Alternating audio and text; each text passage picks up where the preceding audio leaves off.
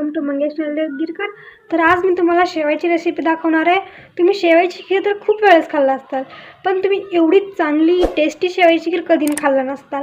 ही थोडीशी अवघड आहे, हातावर बनवलेली आहे, अवघड पण आहे, टेस्टी पण आहे।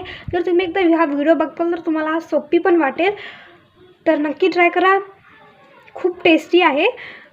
तुम्हाला आमच्या चॅनलवरती खूप सारे व्हिडिओज, व्लॉग्स, रेसिपी, नंतर फिरलेले जागाज आणि खूप सारे व्हिडिओ भेटतील तुम्हाला, होम डेकोरेशन, मेकअप सगळे।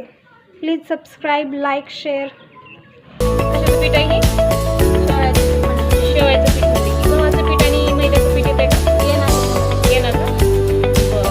हे किती पीठ आहे? हे अर्धा किलोचं पीठ आहे। 1 किलोला एवढं हे अर्धा किलो आहे म्हणून अर्धा। प्रमाण चुकलं की येते का शेवया? येणार का? जास्त झालं की जे होते खराब व्हायचं का खूप जास्त मोठे मोठे होतात।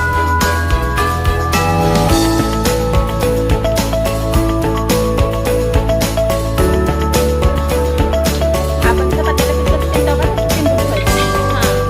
घट्ट का? घट्ट थोडं मग ते वल्ले कपडे घालून भिजतंय. पुन्हा मग थोडं बडवायचं आणि डाळडा लावून करायचं। नंतर